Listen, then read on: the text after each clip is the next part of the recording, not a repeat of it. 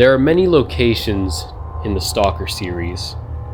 A lot of them are refuges from emissions and stuff like that, and a lot of them house NPCs and other stalkers in them. The only thing that really makes these interesting are the different factions within them. And it's something that I feel we don't really pay attention to enough when it comes to the whole franchise. Whenever you walk by these places or look at them on your PDA, you don't ever really stop to think, how do these people live here? How long have they been here? What was this place originally? Things like that. And then once you throw on different camps around the area, life spawning, stuff like that, NPCs wandering around, really makes these interesting. With all that being said, hello fellow stalkers, thanks for stopping by. Today we'll be starting my 3 to 4 part series on the whole franchise, on every single base within the zone. What constitutes base, in my eyes, is any place that a group of stalkers from a specific faction or multiple choose to reside in as their own safe haven from all the madness that the zone has to offer, or just to be a place to crack open a few cold ones with your fellow stalkers. Furthermore, I also want to dive into all these locations in a very beginner-friendly way. The only thing I will warn you about is that I will straight up spoil a lot of things. I will tell you what the place is like in Stalker 2 perhaps, or I will explain stuff that happens to the location later in the game, or lore about it, things like that. Hey, Stalker. I'm just a person that honestly likes to be spoiled on things. I always felt more knowledge about it is power once you come into it for the first time. So if you're looking for a very simple way of explaining it where I don't spoil anything, I let you figure out everything for yourself, I'm sorry, but this isn't the video for that. And I mean business with this. I am going to explain to you everything about these locations, even ones you don't even really know are bases for other factions. But before we get into that, be sure to like and subscribe. It really helps me out a lot. Now, without any further ado, let's jump into it. Here's all our bases in Stalker Call of Pripyat.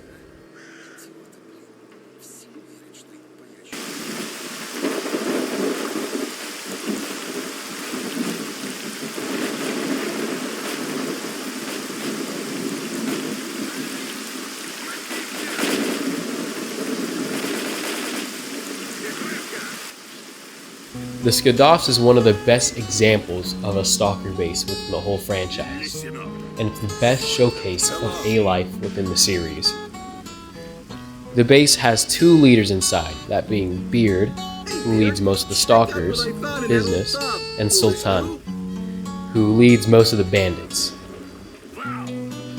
The ship has Pilot, which is going to be your guide throughout your whole journey. It also has a doctor, Tremor, who's a pretty odd person. And then we also have a trader, Owl, who's a pretty stingy old guy. Up above, we have Nimble, who's your weapons trader. Under him you have Cardan, who can pretty much repair anything for you, even a Gauss rifle, just as long as you give him a few drinks. This base really showcases the power of Stalkers when it comes to coming together, as this base was only formed within 3 to 2 weeks after the Brain Scorcher went down.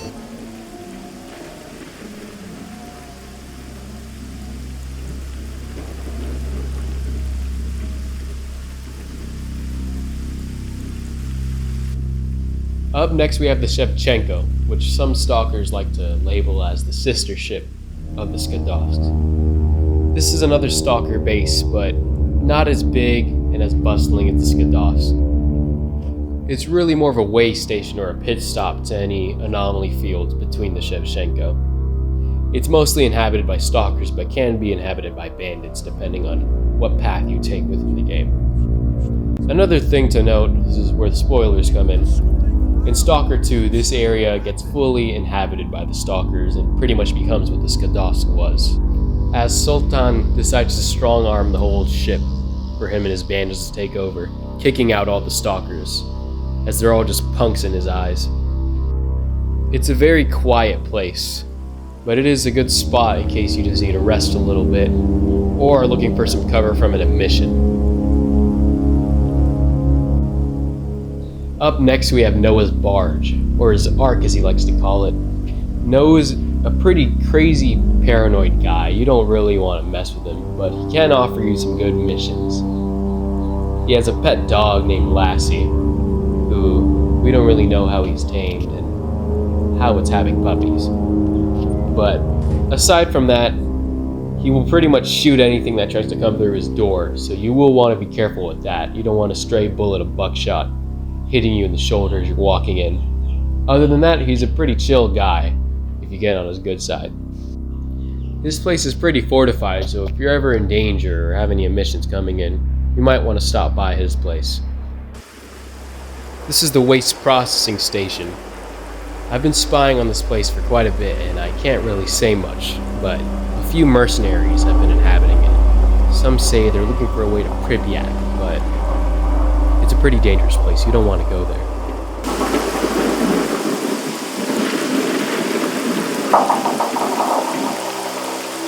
Now, speaking of mercenaries, here's a pretty unrelated squad of them just nearby. Here we have Hatchet and his squad, a group of rogue mercenaries who kind of went on their own direction as soon as they kind of botched the whole contract they were supposed to do. They're probably going to fade into the Stalker community soon, but all they're really doing is inhabiting this little station. You can hire them for the scientists though, so it's a good thing to consider whenever passing them up.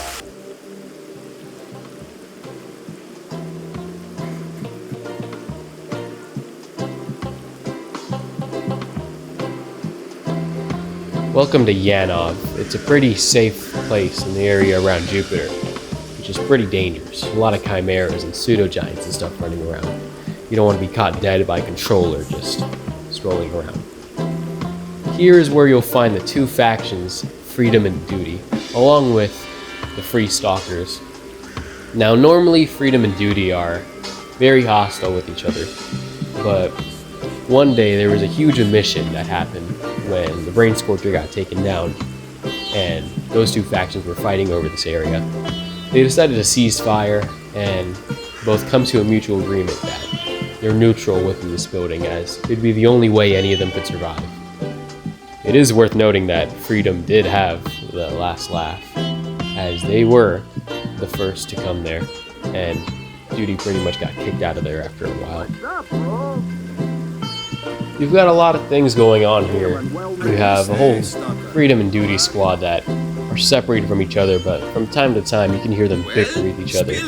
There's Uncle Yar, who's a pretty seasoned stalker. You find the Freedom leader of the area, Loki, who's one of the few founding members. There's also Bone Setter, who's the doctor of the whole place. Then you have Hawaiian on your side. He's the barman. Then if you go to the other side, you'll find a few free stalkers bickering with each other about one of their friends who've been taken hostage. Then you've got Shulga, who might know something about a duty warehouse somewhere. Then you got the technician, Nitro. Not too far by, you could find the Jupiter Scientific Bunker, which is inhabited by quite a few people, despite being a pretty small bunker. You've got some mercenaries who've been paid to guard the place, and a whole group of free stalkers, led by Topol, who do some work for the scientists, who end up founding the Spark faction later on.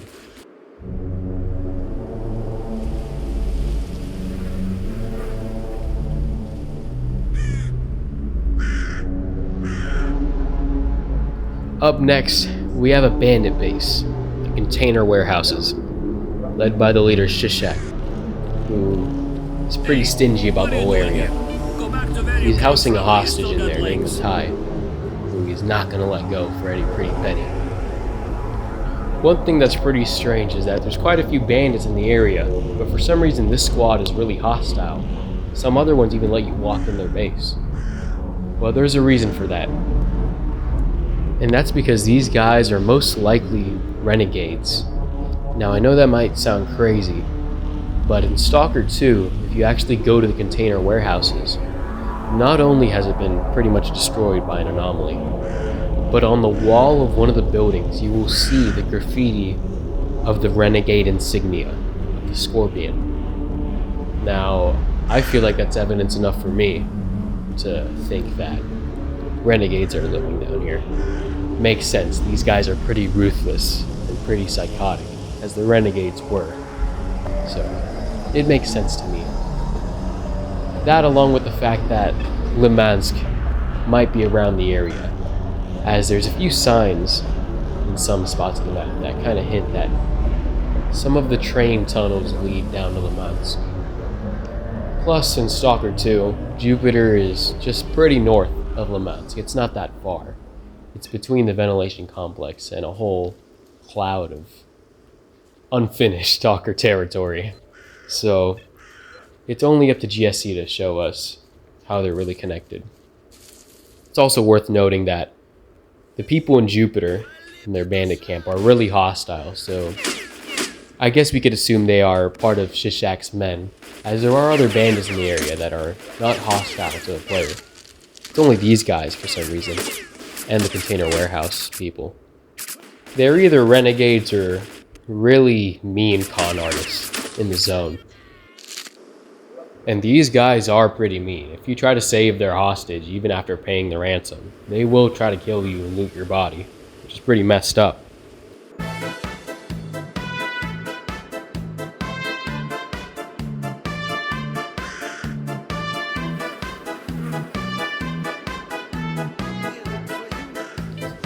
Right next to Jupiter, we have the military checkpoint.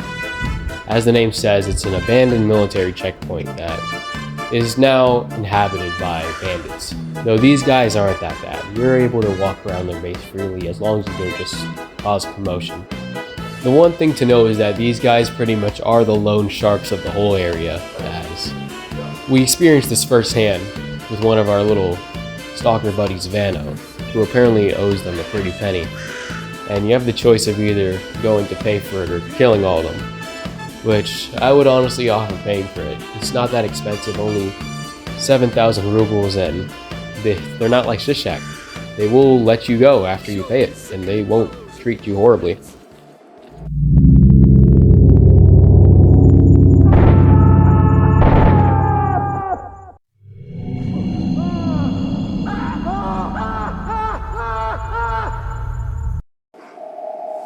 Now we head into Pripyat. First up, we have the Bookstore, which is inhabited by nothing but monolith. Now the monolith has been turned off by this time, so a lot of the members are either like Strider, just wandering around, or still believing in the monolith. And these guys still believe in the monolith, and I mean it. They've even constructed a strange antenna with this psi emitter within the back of the room that they still worship, and they will defend it with their life.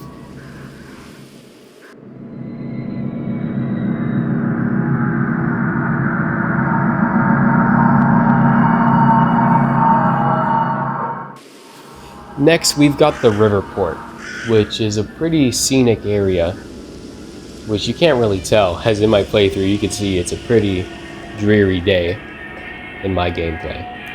But this is a pretty dangerous area, as the whole northern area of Pripyat is all monolith and zombified stalkers. Though in my opinion, the area is worth raiding. There's a lot of stashes, and there's even a sniper who, if you manage to kill, you get a free sniper rifle, but you probably have one at this point if you're in Pripyat. Now it is worth noting this area is in conjunction to the Prometheus movie theater, which is also inhabited by monolith and zombified stalkers. Sometimes on the buildings on the tops there's multiple snipers, sometimes with Gauss rifles, especially at the end of the game during the evacuation. This area is really dangerous. I'm pretty sure there is a monolith master in there somewhere, but I don't know too much about him. He might have a really cool pistol or something, I don't know. Monolith don't tend to have much these days. You can also see the Policia Hotel out of the map, which honestly might be another stalker base that we just can't access. Funny story, I used to think the Prometheus movie theater was the CNPP when I first got the game.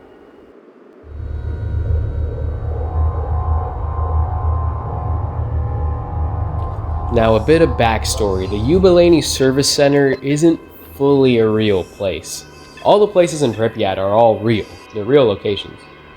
But the Yubileyny Service Center is sort of a real building, but that's not what it is. Now, a service center is pretty much like a business center. You go there for different services, or if you're looking to start a business and you want help with that. It works kind of like that. I don't fully know all the details. But this area is really dangerous. To spoil, X8 is down here. So there's a lot of monolith and zombified stalkers guarding it. Now the first and second floor is mostly zombified stalkers that are just kind of staying there for shelter. So it makes you think that this is a ghost town, but any floors higher than that, all monolith willing to defend with their life that generator, because they do not want you turning on that elevator to go down to X8.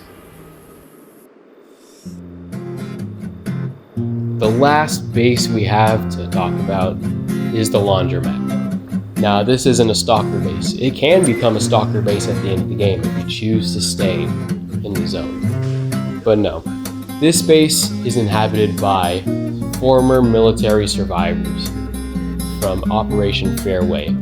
If you don't know anything about that, pretty much a bunch of military were sent on helicopters to go to the CNPP. All the anomalies in the air weren't scanned correctly, so they crashed into random places. Pripyat is a really dangerous place that hasn't even fully been explored by stalkers, so they all decided to round each other up, find a place to stay, and apparently a legendary stalker named Guide led them to the laundromat, which he said was a pretty safe place that should be a good safe haven for them. After all these events, it sparked S.T.A.L.K.E.R to found a new military faction known as the Corps to defend Pripyat.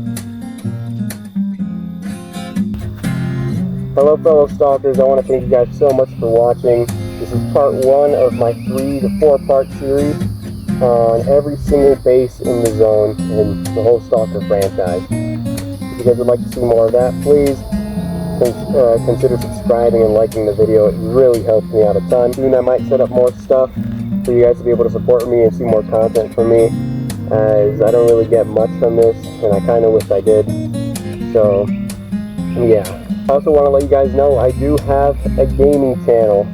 It's a completely different side of content for me, and it's a completely different side of me. Though you guys are probably not going to really expect it. But it's more like Minecraft, Roblox, just stuff with my friends, really. It's more personal, honestly, as this is more of my lore and professional channel and cosplay, so I just want to let you guys know about that. But other than that, please like and subscribe, share the video if you can, comment, let me know what you think. And that's pretty much it for me, fellow stalkers. Good hunting.